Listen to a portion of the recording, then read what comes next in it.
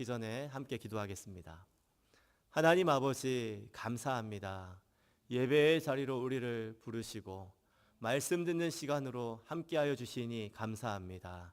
말씀을 지으시고 전하시기를 원하시는 성령 하나님, 이 시간 말하는 자와 듣는 자 모두에게 함께하여 주셔서 주의 말씀을 밝히 알게 하시고 모든 말씀 하나도 땅에 떨어지지 않고 받고 그 말씀대로 살아가는 살아있는 믿음을 우리에게 더하여 주시옵소서. 예수님의 이름으로 기도드리옵나이다. 아멘. 복음은 하나님의 진노를 받아 영원히 하나님의 심판에 이르는 그 죄인이 하나님의 용서하심을 받았다 하는 진리입니다. 여러분, 사람은 죄를 가지고 태어났고 죄를 계속해서 살면서 더하기 때문에 그 죄의 문제를 스스로 해결할 수는 없습니다. 이런 죄인의 비참함을 하나님께서 불쌍히 여기시고 해결을 해 주셨습니다. 스스로 해결할 수 없으니 다른 것을 통하여 예수 그리스도를 통하여 하나님께서는 그 죄의 문제를 해결하도록 해 주십니다. 그래서 죄인의 입장에서 봤을 때 복음이 무엇이냐? 복음은 곧 예수 그리스도입니다. 여러분, 하나님께서 예수 그리스도를 이 땅에 보내셨기 때문에 사람이 어떻게 내가 구원할 방법을 만들거나 혹은 만들어서 하나님께 올리거나 이렇게 하지 않고 서로 그것을 나누는 것이 아니라 하나님께서 예수님을 우리에게 보내셨죠. 마치 하나님께서 하늘에서 땅에 만나를 내리신 것처럼 하나님께서 예수 그리스도를 우리에게 보내어 주셨습니다. 그래서 이것을 보면 복음의 방향, 복음이신 예수 그리스도의 그 방향을 우리가 또한 살펴볼 수가 있습니다. 여러분, 오늘 말씀을 통해서는 복음이신 예수 그리스도가 가시는 그 발걸음을 살펴볼 겁니다. 예수님의 발걸음을 살펴보니 복음의 진행 방향을 우리가 살펴볼 겁니다. 그리고 나서는 복음을 받은 우리가 어떻게 가야 될 것인지 우리의 방향도 한번 살펴봤으면 좋겠습니다. 오늘 본문에는 7장 24절부터 8장 10절까지 이 가운데는 세 가지 이야기가 들어 있습니다. 그 중에 첫 번째 말씀은 예수님께서 수로보니게 여인의 딸을 고쳐주신 사건입니다. 24절부터 30절까지의 내용이 기록이 되어 있습니다. 여러분, 24절에 보면 예수께서 일어나사 거기를 떠나라고 되어 있는데 이 거기는 가버나움이라고 하는 도시입니다. 갈릴리 호수의 북쪽, 거기 호안가에 있는 그 도시가 가버나움인데 이 가버나움은 예수님의 갈릴리 사역의 중심 도시입니다. 이곳에 예수님께서 베드로의 장모를 고치는 등 아주 많은 사역을 이곳에서 하셨습니다.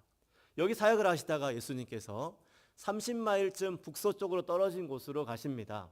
여러분, 우리 교회에서 30마일쯤 북서쪽으로 가면 샌프란시스코 공항이 나오는데 그쯤 가신 곳이 가버나움에서는 그런 곳이 두로라고 하는 도시입니다. 지중해 연안의 도시가 두로인데 거기서도 예수님께서 하나님 나라를 전파하시고 가르치시고 고치시는 사역을 합니다. 많은 사람을 만나십니다.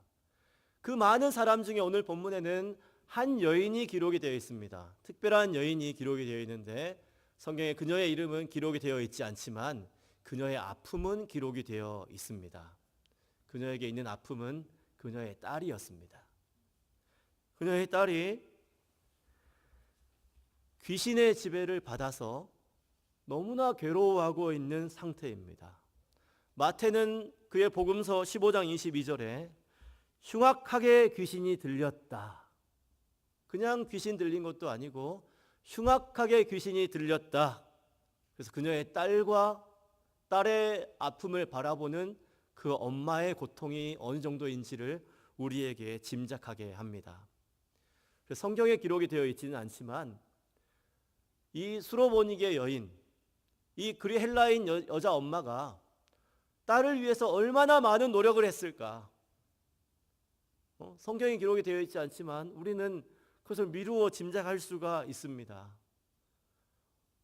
모든 사람을 만나서 도움을 요청했을 것이고 혹여 저쪽 동네에 있는 사람이 이런 쪽에 전문가라 그러더라. 새로운 방법이 나왔다더라. 그러면 거기에 찾아가고 쫓아가고 딸을 위해서 모든 발걸음을 다 옮겼을 것입니다. 그리고 이 여자가 수로보니게 여인이고 헬라인 여인이기 때문에 혹여 자기들이 섬기는 신이 있다면, 그 동네들마다 신이 있다면 그 신들에게도 내 딸을 고쳐 주십시오, 간절히 기도하고 애원을 했을 것입니다. 만 그 모든 사람들, 그 모든 신들이 누구도 딸을 회복시켜 주지 못했었죠. 그러는 가운데 이 여인은 예수님에 대한 소식을 듣게 됩니다. 예수님께서 두로에 오신다, 혹은 오셨다. 이 소식을 듣는데 그럼 예수님이 누구냐? 예수님이 누구냐 했을 때 그 여인은 어떠한 정보를 듣고 예수님께 찾아옵니다. 여러분, 여인이 누구에게서 어떤 소식을 들었는지는 모르지만 분명한 것은 이 여인이 예수님을 하나님의 아들로 알고 왔다는 사실입니다. 와서 주님, 나의 딸을 고쳐 주십시오, 예수님께 간청합니다. 여러분, 보통 이러한 전개가 되면 예수님께서 기꺼이 고쳐주시는 것을 우리가 봅니다. 도와달라 그러면 예수님께서 기꺼이 도와주시는데, 오늘 본문은 잘 나가다가 예수님께서 이상한 말씀을 하세요. 자녀로 먼저 떡으로 배불리게 할 것이니까 그 자녀의 떡을, 먹고 있는 자녀의 떡을 취해서 걔한테 주는 것은 엄마 아빠로서 할 것이 아니다.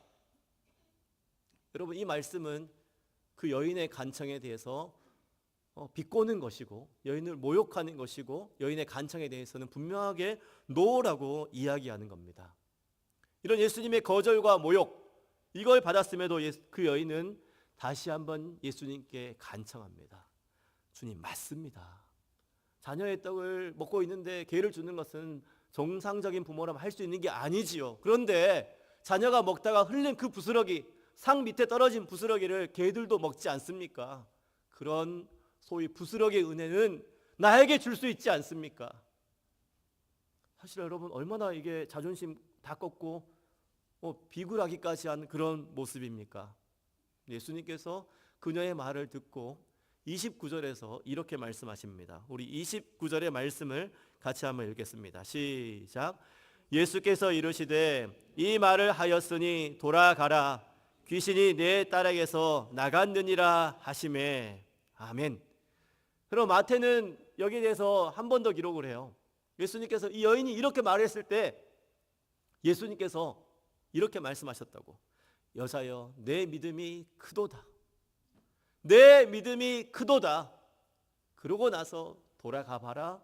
내 딸이 귀신이 나가서 온전하게 됐을 것이다. 여러분, 우리는 29절 읽다가 바로 30절로 읽어서 하심에 여자가 집에 돌아가 본 적 이렇게 바로 읽지만, 여러분, 이 여인의 발걸음을 한번 생각해 보십시오. 그 여인의 발걸음, 예수님께서 하신 말씀을 그 믿는 그 발걸음대로 예수님께서 응답을 해주셨던 것을 봅니다. 30절에 여자가 집에 돌아가 본즉 아이가 침상에 누웠고 귀신이 나갔더라. 아멘. 맨 처음에 보이는 것은 이 여인의 믿음입니다. 여러분, 이 여인의 믿음을 한번 보십시오. 이 여인에게 있는 것 두 가지인데요. 하나는 딸에 대한 사랑, 그리고 예수님에 대한 믿음. 그 믿음은 예수님께서 위대한 믿음이라고 칭찬하셨던 믿음입니다. 근데 여러분, 위대한 믿음이 무엇이냐? 예수님을 바로 아는 믿음입니다. 위대한 믿음은 거창한 어떤 의미로 거창한 게 아니라 예수님을 바르게 아는 믿음이 위대한 믿음입니다. 여러분 보시면 이 여인이 처음에 예수님께서 이렇게 모욕을 했을 때 예수님에 대한 올바른 믿음이 없었다면 그냥 나갔을 겁니다.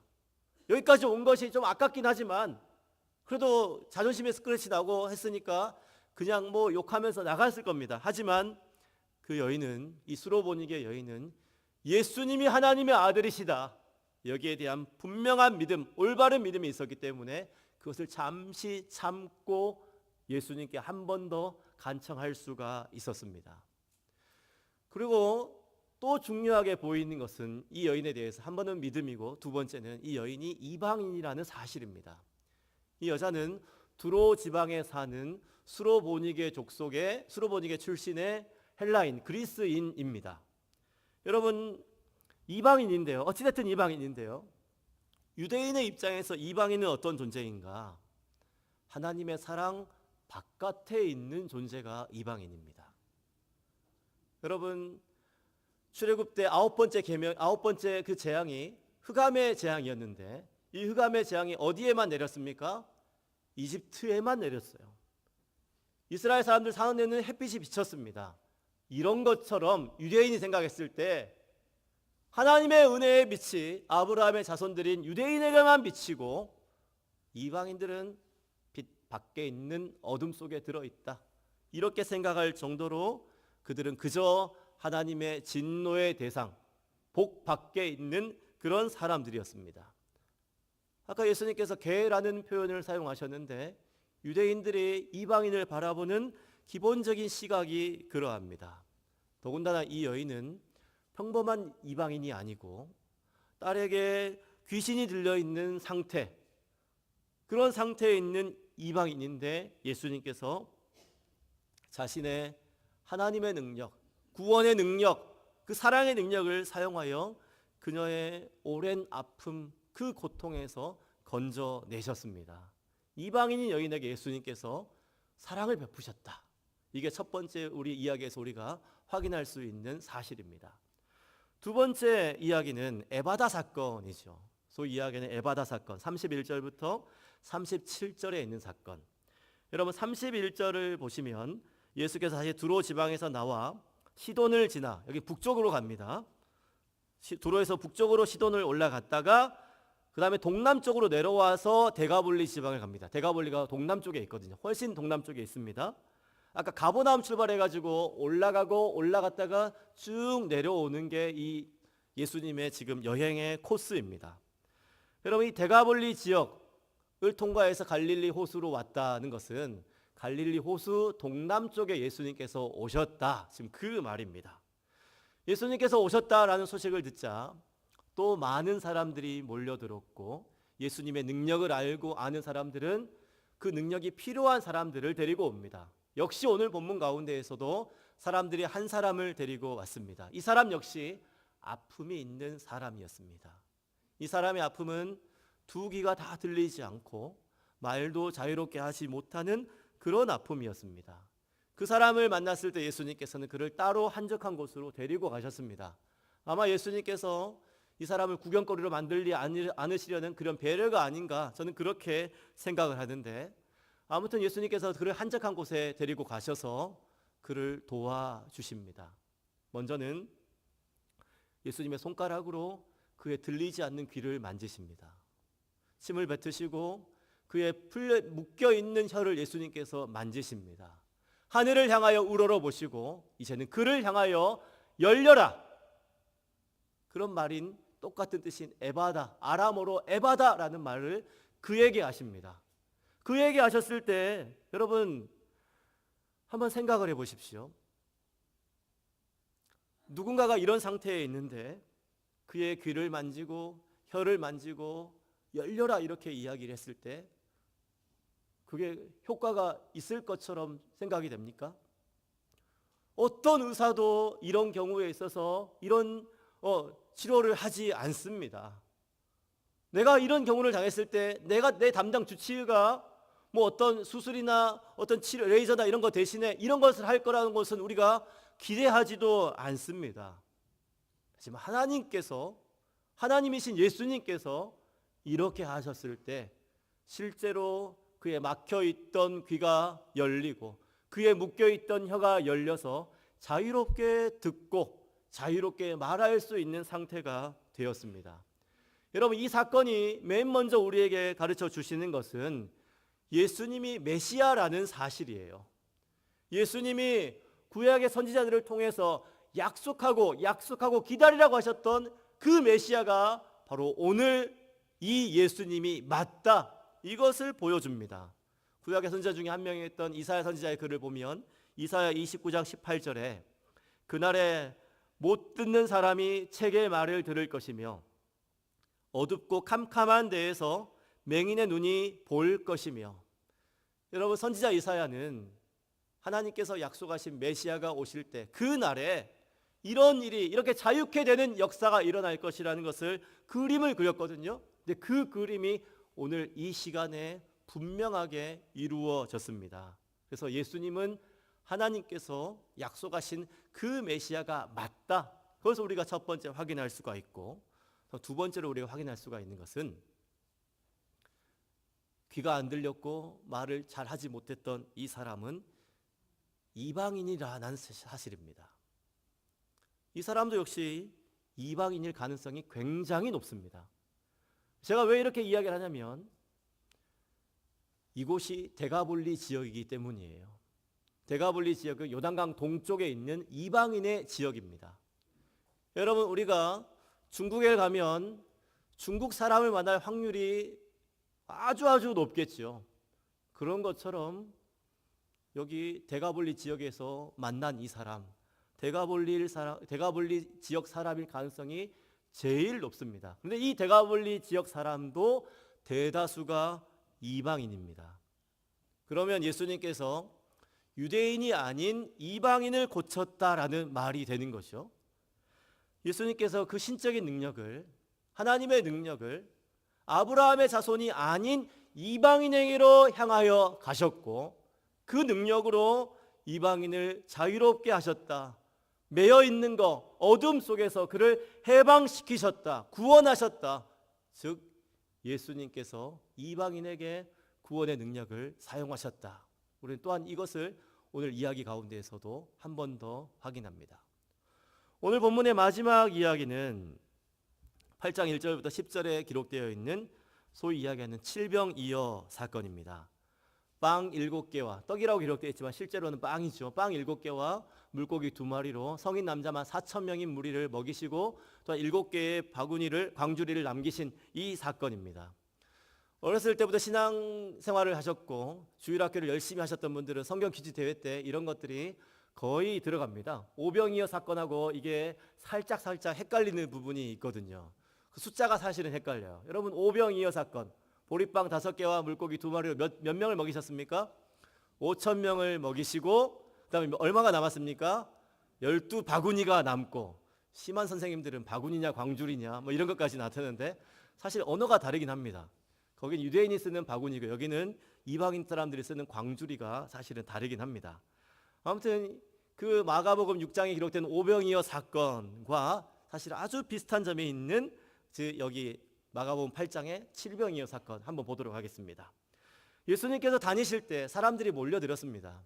당연히 몰려들 수밖에 없어요. 예수님께서 어떤 랍비와는 다른 생생한 천국의 말씀을 우리에게 전해주셨고, 또 예수님께서 약한 자를 고치시는, 내 주변에 약한 사람이 있으면 당연히 데리고 가지 않을 수가 없고, 예수님께 고쳐주시면 너무 감사해서 더욱더 예수님을 따라다닐 수밖에 없는 그런 상태입니다. 지금도 사람들이 많이 모였습니다. 성인 남자만 약 4,000명 되더라. 그러면 여자와 미성년 아이들을 생각해 보면 이 무리도 한 15,000명의 무리가 되지 않을까, 그렇게 생각을 합니다. 이 사람들이 예수님을 오랫동안 따라다녔습니다. 예수님께서 말씀하시는 것이 꿀보다 달고 성이 꿀보다 단 천국의 그 아름다운 맛을 계속해서 보여주시기 때문에 자리를 떠나기가 너무 어려울 정도, 그래서 예수님을 줄기차게 따라다니며 예수님께서 주시는 천국의 기쁨을 맛보았습니다. 이렇게 영혼은 천국의 맛으로 계속해서 배불러 가는데 사실 사흘쯤 지났을 때 그들의 육신은 너무나 배고픈 상태가 되었습니다. 준비했던 음식들은 다 먹고 이제는 완전히 굶주리게 되었습니다. 사실 이 사람들이 3일 동안 캠핑하면서 예수님을 따라다닐 거라는 생각은 사실 못했을 가능성이 높아요.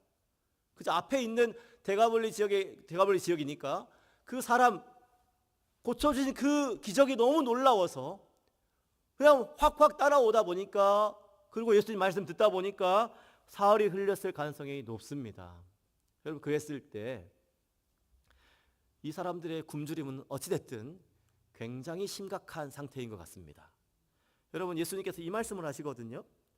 3절에 그들을 여기서 그냥 집으로 보낸다면 이 사람들이 집에 가기도 전에 길에서 기진할 것 같다. 여러분, 길에서 기진한다는 건 뭡니까? 너무 지쳐서 에너지가 다 없어서 쓰러진다는 얘기인데 사실은 죽을 것 같다는 말이거든요. 근데 여러분, 여기는 이제 30마일이 아니거든요. 이거 집에는 한 몇 마일밖에 걷지만 않으면 될 겁니다. 근데 3일을 굶었다라고 가정을 해보세요. 근데 몇 마일 정도 걷겠습니까? 못 걷겠습니까? 너무 어려운 퀴즈인가요? 사실 걸을 수 있을 것 같아요. 정말 배고프지만 그래도 걸을 수는 있을 것 같아요. 근데 예수님께서 이 사람들은 3일 동안 완전히 굶은 건 아닌데 음식을 조금밖에 못 먹은 상태에서 갔는데 죽을 것 같다라고 이야기한 것을 보면 사실은 이 모여있던 사람들이 평소에도 잘 못 먹는, 밥을 세 끼 제대로 챙겨 먹지 못하는 그런 가난한 사람일 가능성이 매우 높습니다. 그러니까 3일 굶어서 조금 간다고 그 사람들이 죽는다, 예수님께서 죽을 것 같다라고 이야기를 하신 거죠. 평소에도 가난한 세월, 힘든 시간을 보낸 사람들, 예수님께서는 그들을 차마 그냥 그대로 돌려보내실 수가 없으셨습니다. 그의 풍부한 자비하심으로 보낼 수가 없었습니다. 먹여서 보내야 되겠다. 여러분, 제자들이라고 생각해 보세요. 예수님께서 먹을 것이 있느냐라고 물어봤는데 먹을 것이 없어요. 먹을 것을 구할 수도 없습니다. 왜 못 구합니까? 이곳이 코스코 앞이 아니라 광야이기 때문에. 코스코라면 뭐 금방 할 수 있죠. 근데 여기는 광야이기 때문에 광야에 보이는 것, 돌멩이, 모래, 바위 이런 것들로 가득 차 있기 때문에 그것을 먹일 수 있지는 못합니다. 그래서 너무나 절망적인 상황, 딱 봐도 답이 나오는데, 못 먹인다는 답이 나오는데 예수님께서는 식사 준비를 하세요. 아니, 다시 정확히 얘기해서 식탁의 준비를 하십니다. 사람들을 모아서 두루두루 앉혀서 먹일 준비를 하십니다. 가지고 있는 거 빵 7개하고 물고기 2마리인데 이것을 가지고 식사 기도를 하세요. 여러분, 예수님께서 오병이어 때와 칠병이어 때 모두 다 하나님께 축사하시는데 이게 감사 기도인 동시에 사실은 식사 기도입니다. 식사 기도를 예수님께서 하시고 그리고 빵을 먼저 제자들에게 나눠주라고 그 음식을 나누게 하십니다. 물고기도 나누게 하십니다. 그런데 하나님께서 희한한 기적을 주셔서 예수님께서 상을 차려주시는 가운데 그들이 모두 배불리 먹게 되는 일이 일어납니다. 나눠주고 나눠줘도, 이쪽으로 나눠줘도 저쪽으로 나눠줘도 그 음식이 모든 사람이 충분히 먹고도 남을 정도로 그 음식이 풍부했었습니다. 여러분, 남은 광주리가 7개나 된다. 여러분, 그 다음에 배불리 먹고 더 이상 못 먹으니까 남았죠. 충분히 먹었습니다. 그리고 먹고 나면 뭐가 생깁니까? 힘이 생기죠. 그때야 비로소 예수님께서 마지막에 9절에 예수께서 그들을 흩어보내시더라. 충분히 집에 갈 수 있는 힘이 생기고 나니까 예수님께서 보내셨습니다. 예수님께서 주신 음식과 힘으로 그들은 집에까지 돌아갈 수가 있게 되었습니다. 여러분, 이 사건은 서두에 이야기했지만 오병이어 사건과 굉장히 비슷합니다. 빵의 숫자, 먹은 사람의 숫자, 이거 제외하면요, 그 과정이 거의 비슷하게 돌아갑니다. 근데 여러분, 결정적으로 다른 점이 하나 있어요. 오병이어 사건과 칠병이어 사건의 결정적으로 다른 것, 예수님께서 누구를 먹이셨느냐, 이 부분이 다릅니다. 다시 조금만 언어를 바꾸면 예수님께서 어떤 사람을 먹이셨느냐, 이게 다릅니다. 마가복음 6장의 오병이어 사건에서 예수님께서 음식을 준 사람들은 유대인들입니다. 왜 이렇게 얘기할 수 있냐면 그곳이 가버나움 근처였기 때문에, 가버나움 유대인들 사는 지역입니다. 그러니까 가버나움에 모인 사람들 역시 유대인들이 거의 대다수였습니다. 근데 오늘 본문 마가복음 8장의 칠병이어 사건, 이방인들이 대다수입니다. 왜냐하면 이곳이 데가볼리 지역이기 때문에요. 여러분, 8장 1절을 보시면 그 무렵에 라고 되어 있잖아요. 여기서 그 무렵에 라는 것은 7장 31절부터 37절까지 예수님께서 대가볼리 영역에 있는 갈릴리 호수 근처에서 못 듣는 사람, 말 잘 못하는 사람을 고쳐주실 그 무렵에 라는 뜻이거든요. 그러니까 그 지역이에요. 대가볼리 지역입니다. 그러니까 이 칠병이어 사건 때 예수님께서 음식을 먹여서 힘을 내게 하신 그 사람들, 죽을 위기에서 살려주신 그 사람들은 대가볼리에 사는 이방인들입니다. 여러분, 이 오병이어 칠병이어 이것만 비슷한 게 아니라 사실 앞에 두 이야기 전체가 다른 이야기하고 비슷한 점이 있습니다. 첫째로 예수님께서 두로에서 수로보니게 여인의 딸을 고쳐주신 장면, 이거 마가복음 1장에 기록되어 있는 사건하고 비슷하거든요. 마가복음 1장에서 예수님께서 가버나움 유대인 회당에 들어왔던 한 남자의 귀신 들린 것을 고쳐주십니다. 유대인 회당에 들어와서 예배 드릴 정도니까 이 사람은 유대인이 분명하거든요.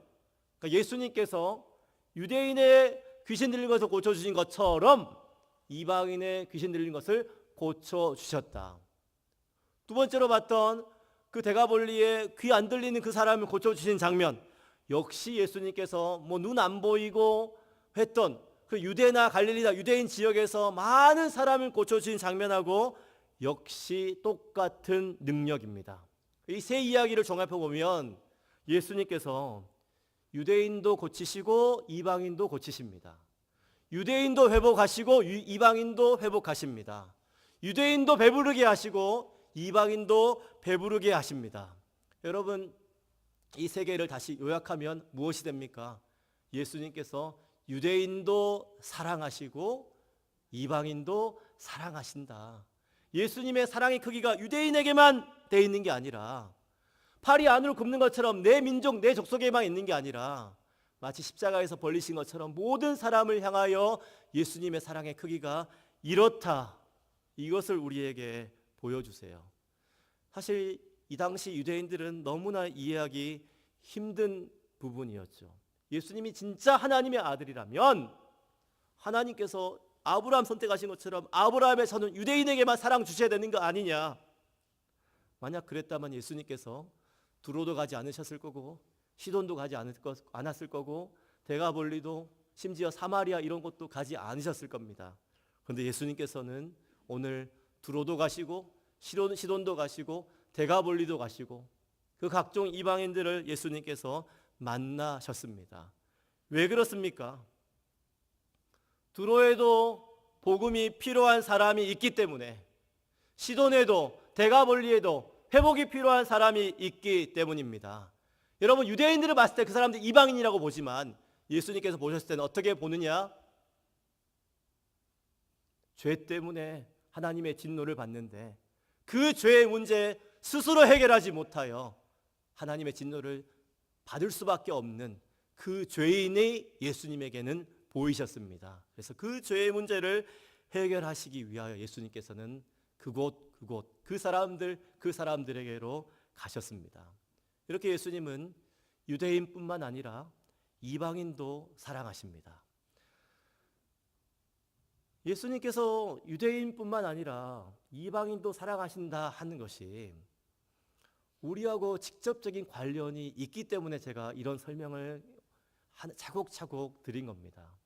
여러분, 예수님께서 유대인뿐만 아니라 이방인도 사랑하신다 하는 것이 우리에게 최소한 두 가지의 의미는 있습니다. 첫 번째, 예수님께서 유대인뿐만 아니라 이방인도 사랑하셨기 때문에 우리도 예수님의 사랑을 받을 수 있습니다. 여러분, 우리가 이방인입니다. 우리가 수로보니 여인과 같은 대가볼리 지역의 사람들과 같은 그런 이방인들입니다.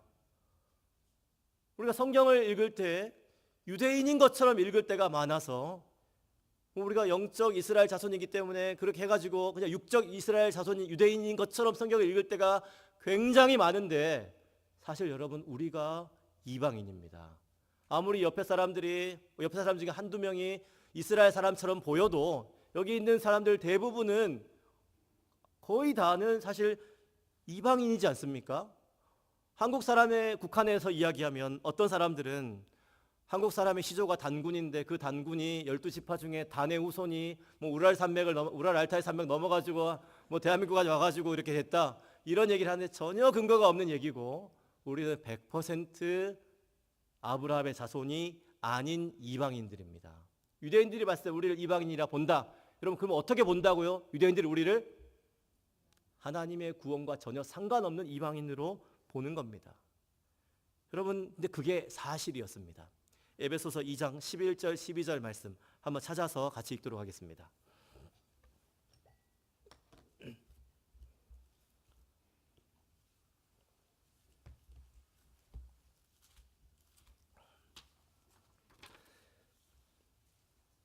에베소서 2장 11절 12절 말씀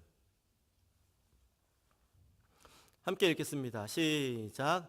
그러므로 생각하라. 너희는 그때에 육체로는 이방인이요 손으로 육체에 행한 할례를 받은 무리라 칭함을 칭하는 자들로부터 할례를 받지 않은 무리라 칭함을 받는 자들이라.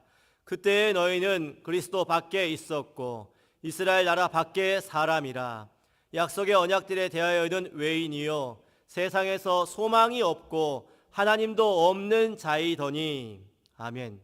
이게 기본적으로 에베소에 있는 이방인에게 주신 말씀인데 사실 이방인인 우리에게도 동일하게 해당이 되는 말씀입니다. 우리는 철저히 하나님 나라 밖에 구원의 밖에 있었던 사람들입니다. 여러분 그런 사람들이 구원의 소망이 전혀 없는 사람들이 어떻게 이 자리에서 하나님을 예배하는 자리에 앉아 있을 수가 있습니까? 예수님께서 이방인뿐만 아니라 유대인뿐만 아니라 이방인들도 동일하게 사랑하셨기 때문에 우리가 이 자리에서 하나님을 예배할 수가 있습니다. 이제 예수 그리스도 안에서는 아브라함 자손이니 몇 대 손이니 이런 혈통적인 구분은 완전히 사라졌습니다. 믿음만이 구원의 기준이 됩니다. 하나님께서는 누구든지 복음을 듣고 예수를 믿는 자에게는 구원을 허락하여 주시고 복음을 들어도 믿지 않는 예수를 믿지 않는 자들에게는 계속해서 심판을 더하여 주십니다. 요한복음 1장 12절 말씀에 영접하는 자 곧 그 이름을 믿는 자들에게는 영접하는 자 곧 그 이름을 믿는 유대인이든 이방인이든 믿는 사람에게는 누구의 자녀가 되는 권세를 주십니까? 하나님의 자녀가 되는 권세를 주십니다. 여러분 이 말씀이 오늘날 우리에게도 이루어진 줄로 믿습니다. 우리에게까지 복음의 방향, 예수의 사랑을 전해주신 하나님께 감사를 드립니다. 두 번째 의미는 예수님께서 유대인과 이방인을 사랑하셨다 하는 두 번째 우리에게 해당되는 의미는 우리도 복음을 이방인에게 전해야 한다는 말씀입니다. 우리도 복음을 이방인에게 전해야 합니다. 여러분 예수님의 방향을 생각해 보면 철저하게 복음을 모르는 사람들에게 갔던 것을 볼 수 있습니다. 하늘에서 이 땅에 내려오실 때도 그러셨죠. 유대에서 계속해서 이방인 지역으로 가는 것도 사실을 그랬죠. 그래서 예수님의 발걸음을 한 걸음 한 걸음을 찾아보시면 복음을 들은 유대인에게서 복음을 듣지 않은 이방인에게로 발걸음을 향하고 있는 것을 봅니다. 여러분 예수님의 복음의 방향이 이방인에게로 향하고 있다면 우리의 복음의 방향도 역시 이방인에게로 향해야 합니다. 그게 정상적입니다. 왜냐하면 누가 예수님을 믿는다라고 이야기하면 그 사람은 성령 하나님에 의해서 예수님과 한 몸이기 때문입니다. 바꿔 말하면 내가 예수님을 믿는다라 그러면 나는 예수님과 한 몸입니다. 그러면 예수님께서 이방인에게로 발걸음을 향하셨다. 나도 자연스럽게 이방인에게로 복음 들고 가는 것이 맞습니다. 그게 정상적인 사람이죠. 여러분 근데 이 당연한 일, 예수를 믿는 사람이 이방인에게로 복음 들고 가는 이 당연한 일을 예수님께서는 굉장히 즐거운 길로 만들어 놓으셨던 것을 우리가 봅니다. 보시면 예수님께서 복음 들고 나가셨을 때, 고치셨을 때, 회복하셨을 때 그때를 생각해 보십시오. 여러분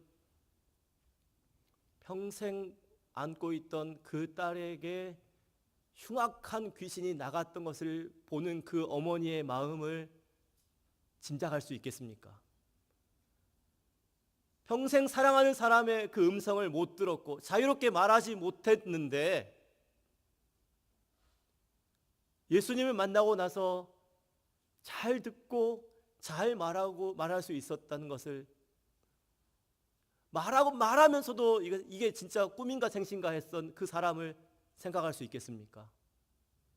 이대로 집에 돌아가다가는 죽을 것 같은 위기인데 갑자기 음식 준비하는 냄새도 나지 않고 소리도 나지 않았는데 예수님께서 주신 음식으로 나도 배불리 먹고 내 가족도 배불리 먹어서 다시 내 가정으로 돌아갈 수 있는 그 소망을 봤던 사람들의 기쁨을 여러분 짐작할 수 있겠습니까?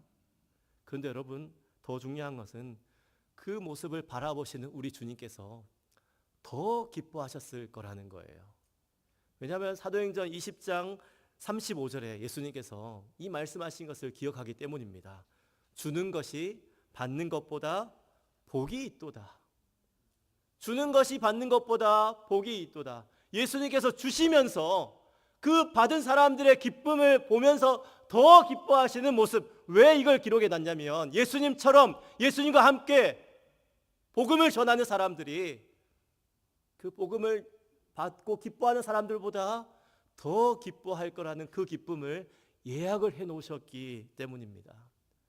예수를 믿는 사람, 복음을 받아들이고 예수님을 믿어서 예수님과 더불어 이방에게로 복음을 전하는 이 즐거움, 예수님께서 다 준비해 놓으시고 우리를 그 즐거움으로 초대하셨습니다. 그러니 복음의 길은 복된 길이라고밖에 말할 수밖에 없습니다. 예수를 믿는 예수님의 몸으로서 이방인에게 복음을 전하는 사명. 여러분 그 이방인 누굽니까? 우리가 이방인인데 누굽니까? 여러분 아직 복음을 듣지 못한 모든 사람이 이방인입니다. 심지어 혈통적으로 유대인인 이스라엘 사람도 복음을 받지 못했다면 그들은 영적으로 이방인들입니다. 먼저 복음을 받아들인 사람은 예수님께서 걸어가셨듯이 자연스럽게 이방인에게로 복음을 들고 가고 그 길은 예수님께서 모든 준비한 즐거움이 있다. 그러니 여러분 이방인에게로 복음을 전하는 이 즐거운 사명을 예수님께서 준비하신 이 모든 복음 전파의 즐거움을 함께 누려가시는 저와 여러분 되시기를 주님의 이름으로 축원드립니다. 말씀을 정리하면요, 예수님께서 이방인에게 복음을 전하셨습니다. 복음의 방향이 이방인입니다. 그렇기 때문에 우리가 복음을 들을 수 있었습니다. 이제 복음을 받은 우리, 예수를 모신 우리는 예수님처럼 이방인에게로 복음을 전하고 가는 것이 당연하고 자연스럽고, 그런데 그 길에 예수님께서 복을 준비해 놓으셨습니다.